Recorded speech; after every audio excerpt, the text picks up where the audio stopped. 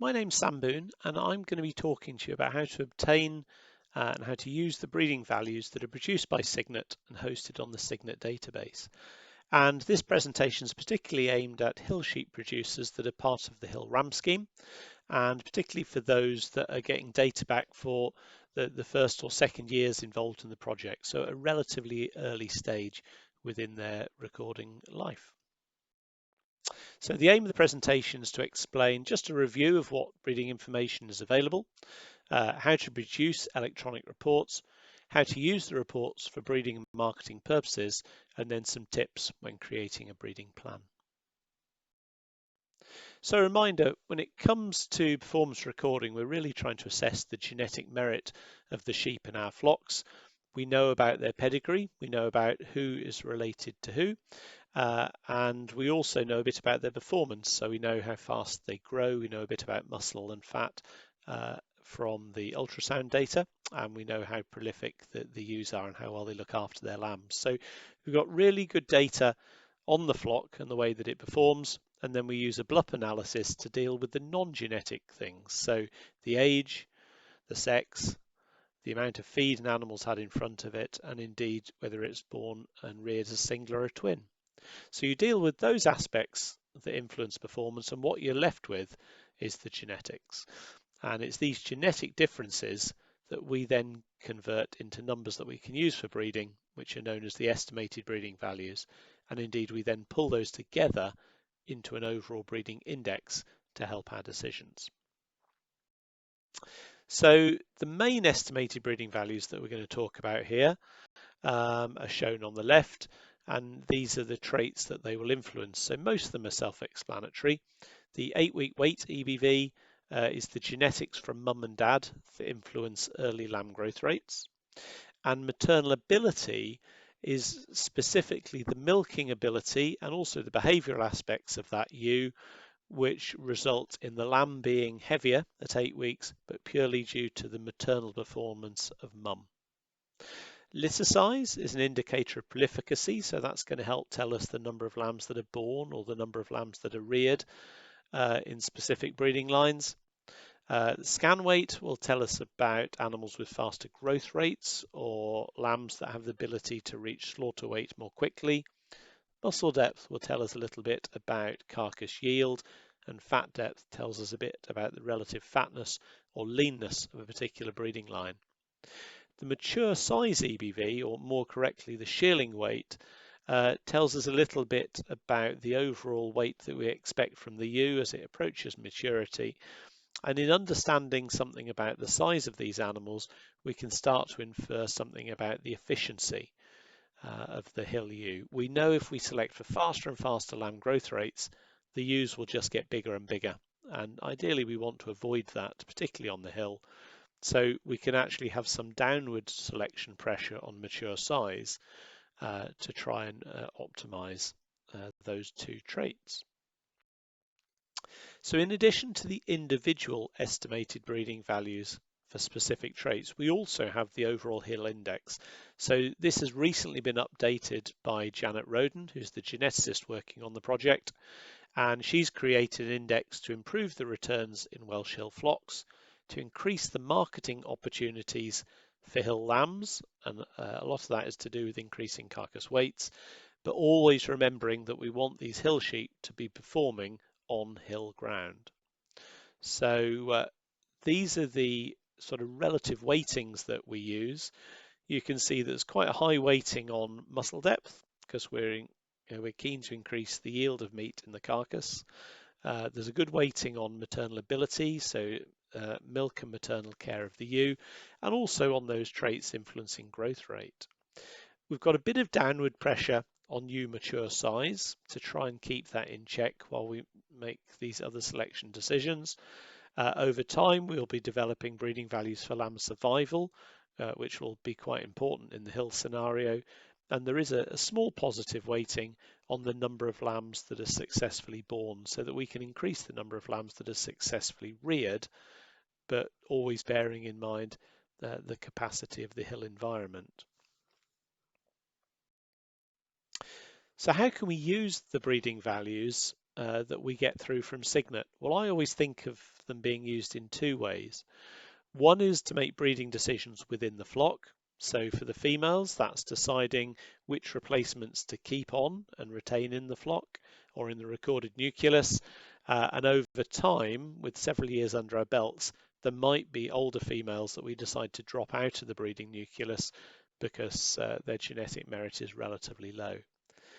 Also really important for identifying ram lambs that we might want to run on ourselves and use at least once within the flock as shearlings before they're sold to other people, or that maybe they spend their life with the flock. So really good for selecting replacements. In addition to that, it's really useful as a marketing aid. It's telling people in an unbiased way how your animals rank within the flock and gives a bit of an idea where they may rank within the breed. So you've actually got some information that tells people the specific attributes of your animals and where they rank highly, be that for maternal traits or for their carcass attributes. So there are very much two uses for breeding values that we're going to touch on tonight. So when do we get new data? Well, the data is produced every month by Signet, and we will send results out whenever breeders have got new weights submitted, be that 8-week weights or scanning data. You'll get an email through from Signet with more recent results. And always try and use the most up-to-date information. All the animals get re-evaluated each time we do a run. So even old stock rams that have been used in the past may get updated figures if we know more about their daughters or granddaughters, and you might see some movement in their figures. So always try and use the most up-to-date information that you can. So the data that we'll send out to you will be in one of two formats. Either a PDF report that you can print at home, that's a fairly standard report onto a sheet of A4 paper, and you'll see all the animals that are active within the flock, and we'll send a breed benchmark at the same time.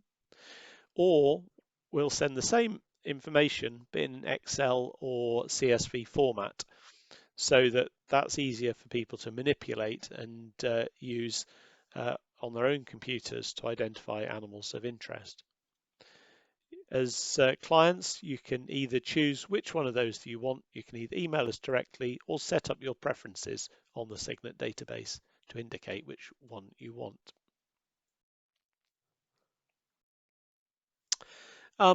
For those of you that haven't logged on to the database before, you need to be logged on as a Signet client to run and produce your own reports and also to enter data for your flock. I won't go into that now, but there's a number of very short training videos on the Signet website, and actually training video 1 is all about getting started, setting up passwords, setting up your preferences. So that might be something, if you're brand new to the system, that you just want to have a look at for a couple of minutes. Because the beauty of the new database is you can produce exactly the reports that you need. So this is actually one of my screens, so you can see some of the beef reports on the bottom as well. Don't worry about those, but you will see a range of sheep reports, and it's actually the flock report at the top that we want to run now. So select the flock, click on flock report, and it will take you to this page. And within that, you've got a range of variables that you can set to get the animals of interest onto your report. So you can set the range of dates that are of interest.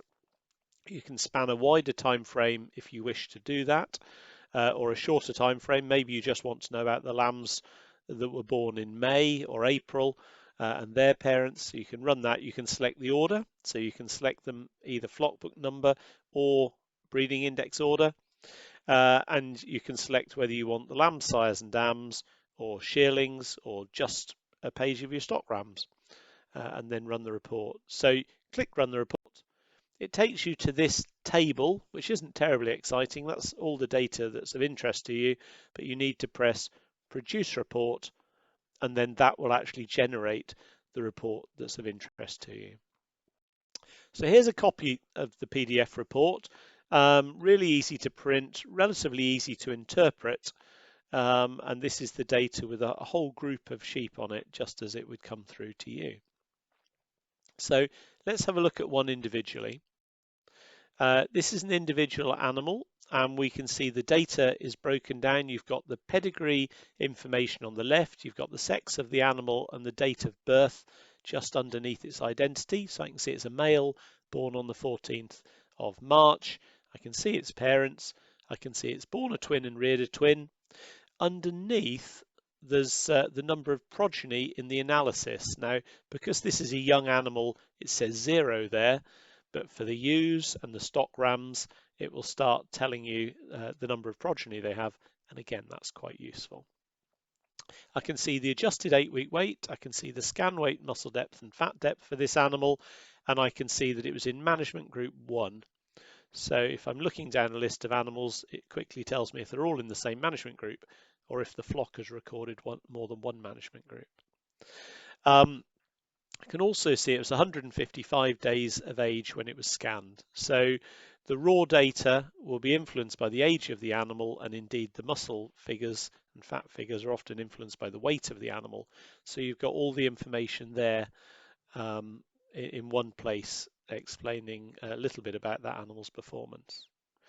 Where you've got some blank columns here, this relates to data from the CT unit. So that's very much something for our terminal sire breeders, and you don't need to worry about that from the point of view of hill sheep breeding. Those columns can just be ignored.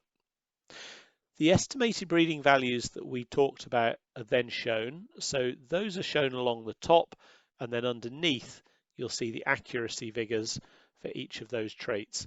And then the overall breeding index is on the end, again with the accuracy figures underneath. In terms of interpretation, they're real units of measurement. So an 8-week weight EBV of 2.05 means that the ram has the genetic potential to produce progeny that are over a kilo heavier at 8 weeks of age than a ram with an EBV of 0. So they're real units of measurement. The reason we halve it is because that animal only passes on half of its genetic merit to its progeny, because the other half will come from the ewes that you mate it to. And what does 0 mean? Well, 0 is the average of the population in 2015, and in this case, it's the average of the Beulahs in 2015. So exactly the same for traits like scan weight or muscle depth. If we move to something like maternal ability, well, that's actually a maternal trait. So a ram with an EBV of 1 means that he'll have daughters whose progeny will on average be half a kilo heavier again than a ram with an EBV of 0, and that's purely due to their milking ability and maternal care. So that's a little bit on interpreting the data that you have in front of you, and as I say, you've got raw data there, which is interesting, but you have to be careful in how you look at that. It's always better to use the estimated breeding values for your decisions, because they take into account factors such as whether the animal is a single or a twin or how old it is, for example. Underneath are the accuracy figures, so that tells us how much is known about that animal, and it gives us a bit of an idea of the reliability of the predictions. So for stock rams, you'll soon see those figures heading up into the 80s and 90s, because they will have lots of progeny recorded, lots of records contributing towards their breeding values. Those numbers are all well and good, but you need to be able to put them into context. So for those purposes, we have a breed benchmark, and this tells us what's average, what's top 25%, what's top 10% within the breed. So you can quickly have a look at your results and then see how those animals compare, not just to one another, but across the breed. So if I get hold of a report, here's the report with lots of records on. Generally, the best thing to do is to print it off and then get your pen or your pencil out. So first thing I'm going to do is scribble out the FEC EBVs. There's no FEC data in the Beulah analysis, so accuracies of 0, we can ignore that. And actually the chap along the bottom here I can see was never weight recorded himself. So we can get rid of him. I suspect he's not on the farm any longer. We then have a look at each of the columns and pick out some of the high flyers. So these are the high flyers for 8-week weight. For litter size and maternal ability, I can see animals with particular strength in these areas. For scan weight and muscle depth, again, we can pick out some animals that perform extremely well. And interestingly, to see the ram at the top, he is the one with the higher index, and that's because he scores so well for maternal ability, scan weight, and muscle depth. Sometimes you get animals that are just very big, but don't actually have a massive muscle depth when you look at them on a weight adjusted basis. But this is one that performed really well on a weight adjusted basis.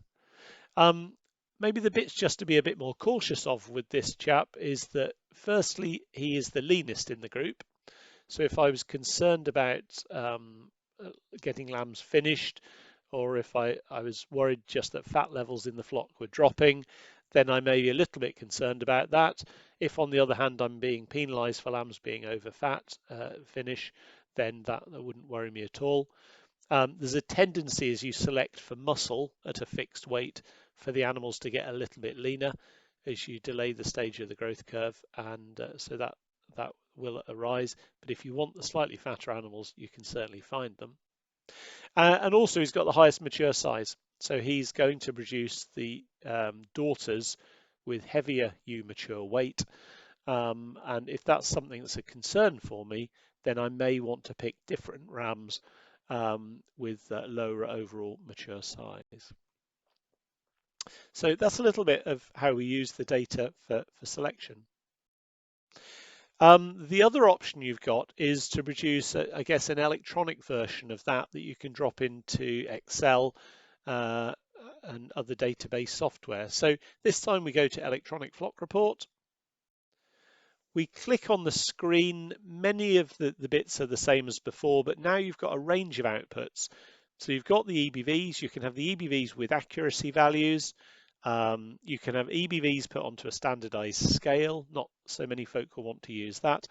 But also you get inbreeding values. Now we only produce an inbreeding value if we've got 8 great grandparents recorded for each of the animals. So in the hill breeding scenario, many of the new flocks won't be getting inbreeding values at this stage, but many of my long-standing clients, which have got a greater depth of pedigree, we'll see that we will produce an inbreeding value for the animals within their flock. We run it about 3 times a year, and that's where that data would be stored. So we run it for EBVs. The data looks like this. It's just a great big spreadsheet with lots of columns, some of which you'll want to hide. But the beauty of this is that you can produce more informative reports, you can analyze the data, and you can also interact with farm software. So I'm told that some of my clients would create lists from Excel based on the data we have, and then can load it into software when it comes to sorting or putting animals into different groups. So it makes it much more useful and much more interactive. I'm briefly going to touch upon 3 really easy to use functions that make it a lot easier to look at your data. I know all versions of Excel vary slightly, but this is probably a common element even to the older versions of Excel. So the first one is conditional formatting that you can see here marked in the corner. If I click on that, I get a sub menu with lots and lots of options, but the color scales are probably the easiest to use. And if I click on the top one, which just is green to red, if I then highlight column V, it will instantly drop some color onto my report. And when I'm looking at hundreds of Welsh Mountain lamb records, that's a really easy way for me to spot the top and the bottom performing sheep within the population. So conditional formatting can be really quite useful in that respect. Another function that most people will be very familiar with, but is sort. So I can see the sort key here. So I click on that, it gives me an option in terms of which records it would like me to sort. So we select 8-week weight, we click on that, and it will re-rank my sheep for me to bring the highest figures up to the top. So again, really useful if I'm just doing a bit of QA looking at the data. And finally, filter. So again, filter button on my machine is next to sort. Click on that and it will put little filter tabs at the top. If I select the one of interest, so here I'm going to click on sires, I bring my sires up, it shows all my sires listed, and if I unclick the various boxes and limit it to a particular ram of interest, click OK, and then I get a shortlist with just the progeny by that particular sire. So filter is really useful. And stick them together and they become much more powerful. So I could get my results in Excel. I could then select the shearling males using sex and date of birth. I could select just those that have been weighed and scanned, so are likely to be on the farm. I could create a list based on those by a specific sire or group of sires, sort them by index, and I might even put in a criteria that they have to have a maternal ability over a certain threshold. And in doing that, I've created a very bespoke list of animals of interest that I might want to go out and look at within the field. So really useful putting those tools together. Other Excel tools that I use, and this isn't a full IT training course, but if you've got somebody at home that's good with Excel, it might be useful to ask them. Hiding and unhiding columns is relatively straightforward, and it makes it a lot easier to print short reports without actually losing the original data in the background. So that's quite useful. VLOOKUP is a function in Excel that is more complicated, but is really useful because it means you can have two spreadsheets next to each other and you can pull through data from one spreadsheet onto the other. So you might decide to pull through the sire records for each of the dams within a flock. And so you could do that. You might decide to pull information on number of progeny born from another worksheet onto this, or indeed you might have a list of ewes from your farm software that you're keeping and you might want to pull their indexes onto a report you've already produced. So as long as the identity is in exactly the same format with the spaces in exactly the same place, then that can be really useful. And I also use pivot tables, again a bit more complicated, but if you want to do some very simple summaries, so you might want to see what's the average weight of the lambs by a specific sire, you might want to know the average weight of singles or twins, then again the pivot table will help you to produce those very simple summary statistics. So what should you do with the data when it arrives? Well, really the first thing is to check it. It's quite important to have a look at the weights, and I would sort them by high to low to make sure that the top and the bottom values are correct. In days gone by, it was quite easy to pick up the EID tag for a lamb while you actually had a ewe in the crate, or for vice versa. So if you've suddenly got some lambs in there at 65, 70 kilos, might just be worth checking that you have just had one lamb in the crate and it hasn't picked up a ewe's weight. Your parentage data should be fairly good because you're using genomics, but if you are single sire mating, it's always useful to check that we've got the correct parentage, and particularly if rams have swapped over and you've got a sweeper ram, to make sure we've picked up the correct animal. Sex will be checked when we ultrasound scan, and dates of birth and dates of weigh are also important to check, particularly if people are lambing in March and April. The 3rd and the 4th and the 4th and the 3rd can easily be interchanged when entering data, and yet they can make a month's worth of difference on an animal's performance. And I always have a look at the extreme values when my reports come through. If you've got something with very high or very low values in terms of index or EBV, that might flag up that we've got a rogue weight or a rogue weigh date in there that's actually causing a problem, and that's the easiest way to pick those up. Obviously we do lots of validations ourselves, and there's validations of the data going in, but it's in everybody's interest just to have a little bit of a look and a check. This says, how much trust do I place on the data? Maybe the title should be, how reliable is the data, particularly in the early years when I've just started recording. And I guess we could answer the question in two ways. Firstly is, how good is it at ranking the sheep within my flock, all under the same environment? And then the second question about, how good is it for comparing sheep that have been reared in different flocks? And certainly for that answer, it does depend a lot on the genetic linkage between the flocks. So where flocks have been exchanging rams between them, or either through a shared ram or because they're selling shearlings to one another, well, then you've got a degree of genetic linkage, just as you would if any females had moved between flocks. Where there's very little genetic linkage between the flocks, then you obviously have to be a lot more careful in making the comparisons, and you're probably best just identifying where the sheep sits within that respective flock to determine its overall genetic merit in comparison to yours. But the analysis will do a good job of ranking sheep within the flock. We just need to bear in mind that it's early days for those new flocks coming into the analysis. So this is really a reminder that we'll have both unrecorded rams and recorded rams being analysed as part of the Hill ram scheme. The unrecorded rams, we know nothing about them at mating time. We just hope that they're good uns. And for the recorded rams, well, we do know something about their genetic merit because we've got some breeding values for them already. By the time you get 50 lambs on the ground in the first year, in both cases, we're picking up quite a bit of information for the growth and carcass traits. And so I think the analysis does quite a good job in comparing those animals for breeding values for scan weight and muscle depth, for example. We just need to bear in mind that the information for the maternal traits is very limited. The daughters of these rams are still young, won't have performed themselves, and it's not really until year 3 when the daughters produced in year 1, if we're lambing them as shearlings, become mums themselves, that we start to pick up maternal information for the unrecorded rams. We already know a bit for the recorded ones because we know it's sisters and aunts, but the unrecorded rams only come into their own for maternal traits in year 3.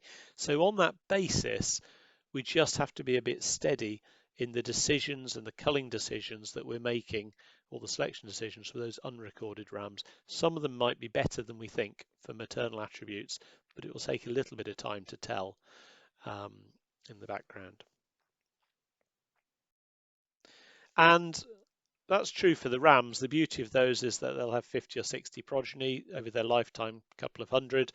Obviously, in the first year, the ewe is only being assessed on 1 or 2 progeny, so we know tiny amount on maternal performance, and we know a bit about growth and carcass traits, which tend to be a little bit more heritable, but only through the progeny that she's been mated to and she's produced. The lambs, we do know a reasonable amount about growth and carcass traits because they've actually been measured themselves. And not just that, they've also had lots of brothers and sisters that have been measured as well. So we've got a fairly good estimate for growth and carcass traits, and we're starting to build a picture for the maternal traits at the same time. But again, they're lower heritability. It takes a little longer for those to come through. So what do I do with all this data when it comes through? Well, the first thing is to agree on new flock objectives. Which are the EBVs that are important to you, and which are the EBVs that are important to your customers? What are the attributes of the flock that you want to improve? No two hill flocks will be the same. There will be some that are quite happy with the number of lambs currently reared on the hill. There'll be others that will be happy just to take the numbers of lambs reared up slightly. There'll be some farms that are very focused on increasing growth rates and won't mind an increase in ewe mature size. Again, there'll be other farms that will want to place a cap or a limit on increasing ewe mature size, but will be keen to focus on muscle yield, on making these animals a bit chunkier, and focusing on maternal care in particular. That might be an important attribute. We also need to be aware of the antagonisms between traits. You might want very fast early lamb growth rate, but you might not want the ewes to get bigger. That's challenging because those two traits are related to one another. So you need to place emphasis on both to get the sheep that are of interest to you. Equally, if you select for very high muscling, the animals will tend to get a little bit leaner, and so you may want to put some selection pressure on slightly fatter lines if you don't want that attribute to change. So be aware of the antagonisms that exist between traits. Secondly, and the most informative bit, is to review the breeding values of the sires you've used. They've had lots of progeny. You've got really good accuracy behind those animals. In making your mating plan, always use at least one stock ram from the previous year in the new year. that creates really good linkage over time that strengthens the analysis and enables us to compare lambs with shearlings, shearlings with two shears, etc. So don't change all your stock rams each year. Try and keep some continuity, ideally keeping the one with the highest index on to do at least one more season.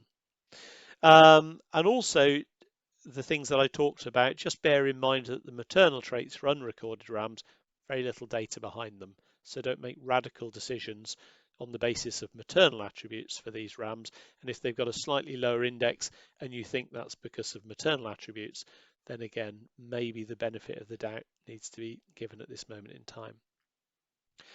Secondly, head out there and select your replacements, particularly female replacements coming into the flock.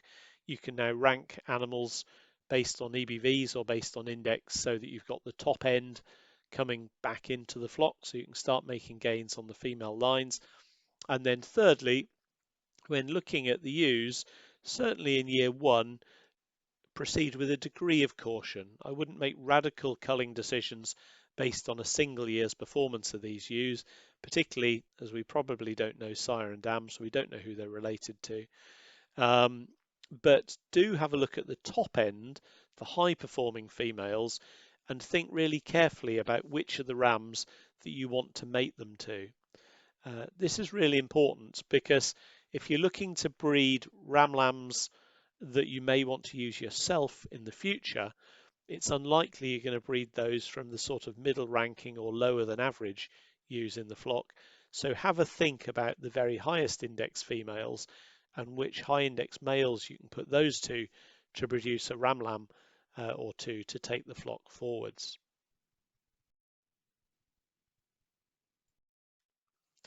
There are very complicated bits of software, I believe, that can be run to help people in making mating plans and deciding which rams to run with rich ewes.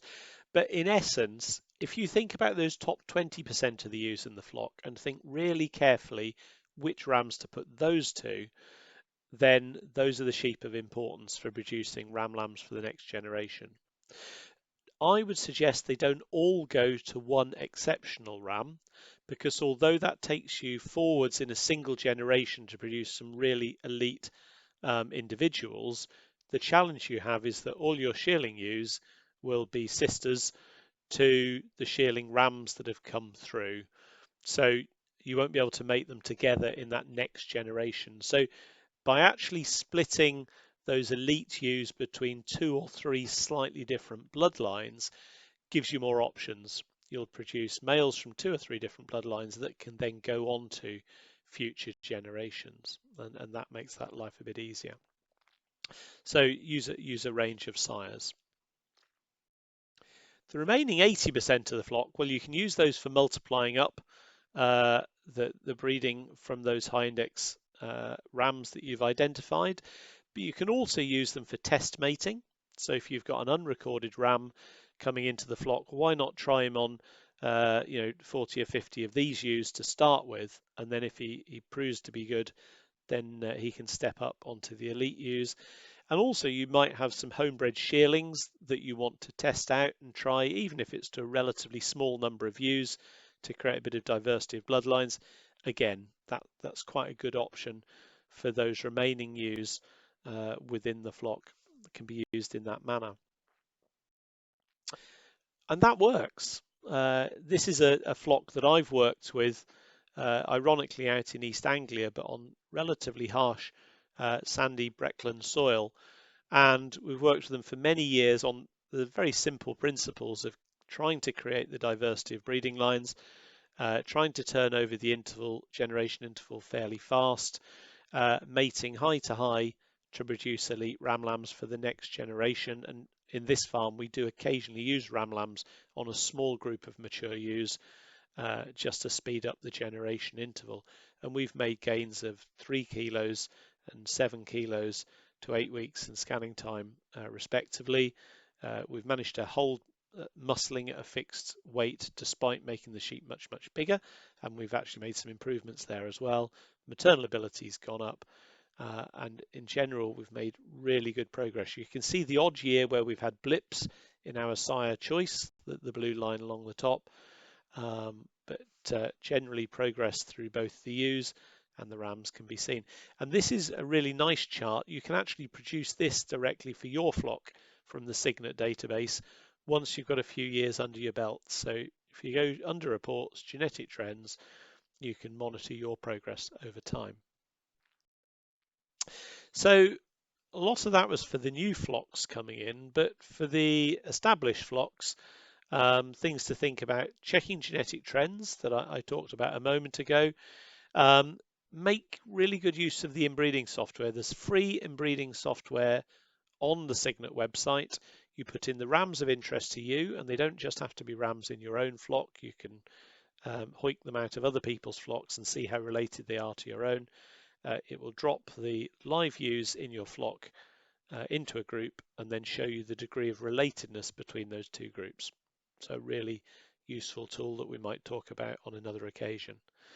You can use it over time for culling out the bottom end. Once those females have had 3 or 4 lambing events, if their indexes are fairly low, they're not going to move far, they can start being dropped out of the recorded nucleus.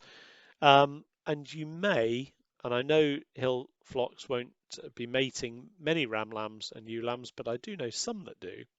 And if you want to really crank up the genetic gain, then that's a way of doing that by using those sheep at a younger age.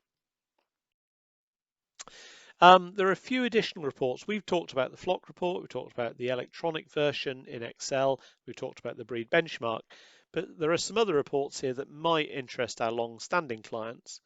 The quick reference list shows us the genetic merit of the lamb crop, and we can just sort it by index, and it gives us the key points that are of interest. So if I'm printing a list to take out into the shed with me as I'm going through sheep, that's a really good one to take.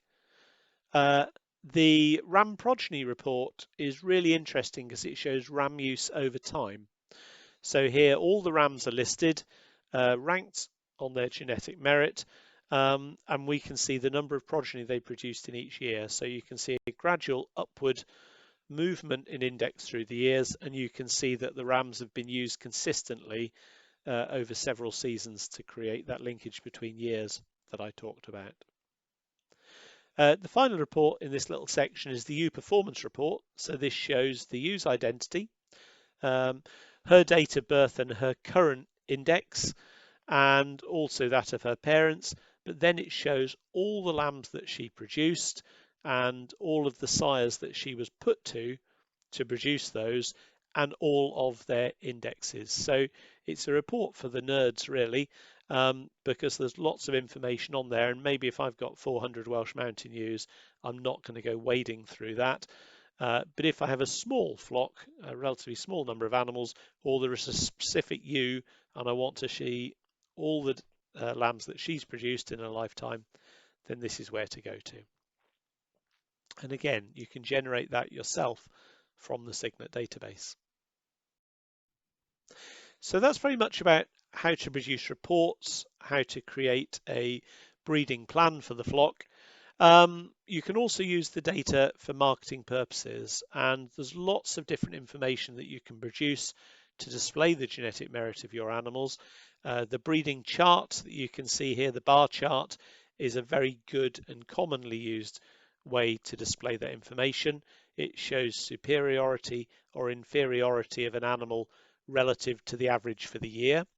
And you can print those off the Signet database. Underneath that is a catalogue format. And again, clients can actually produce their own catalogues of animals from the Signet database. And perhaps if you've got 10 rams that you want to sell, then actually producing a little mini catalogue and emailing it to potential clients, or printing it off and having it on the front of your pen when you head to a ram sale would be a really easy way of displaying that information. That would be dropped into Word, so you can easily edit out bits that you don't need, and it puts all that information in one place. You can certainly print a family tree from the database, so people can look at the breeding lines you're using, and indeed you can show your genetic trends to show the progress that you're making as a flock. So these are lots of things that you can do yourself. And a quick walk around Bilth shows that this information is used in lots of different ways, whether it's people producing charts and putting stickers on there to guide buyers to the top figured animals in their pen, whether it's writing out individual cards, or whether it's producing a very simple table on one sheet of A4 where you've got a big group of rams for 2 or 3 traits of interest that shows where animals sit within the flock. So lots of different ways to display the information. We don't need to give everybody 20 different breeding values for every animal. It's about thinking what are the 1 or 2 things that a customer can use to identify the right rams for his or her flock. A few more examples here where people have got bigger runs of sheep. And again, you can see an example here of someone that just produced one very simple table that enabled people to compare the sheep within his particular flock. So that was very much the information that you can produce as breeders and make available, because it's also really important to get the information into the catalogues that are produced and distributed wherever you can. So here's a couple of examples. One where the Breed Society has actually used our catalogue function to produce their sale catalogue, which is great. And then, all credit to the Pro Hill group and to Innovis who were supporting them at their sale. I got a lovely catalogue through that showed me the genetic merit of the animals for just a few of the key traits, and it enabled us to do homework prior to the sale to pick out animals of interest. So really important to think about whether there are catalogues that you can get your breeding information into to help with your promotion of your breeding stock. And there are lots of people with more expertise than me on marketing, and I know Innovis is supporting breeders on that front, but just useful to highlight that there is a slightly old booklet that we produced on marketing that's up on the Signet website that explains just a few more ideas, things that breeders can do. So the aim of this presentation was to explain what the information means, explain how breeding reports can be created, how they can be used for marketing, and also how they can be used to create a breeding plan, to set breeding objectives, to identify the elite males and females in the flock, to consider mating those together to reduce superior stock in the next generation, while at the same time keeping an eye on inbreeding and other attributes within the flock. If you need more information, then contact Signet Breeding Services.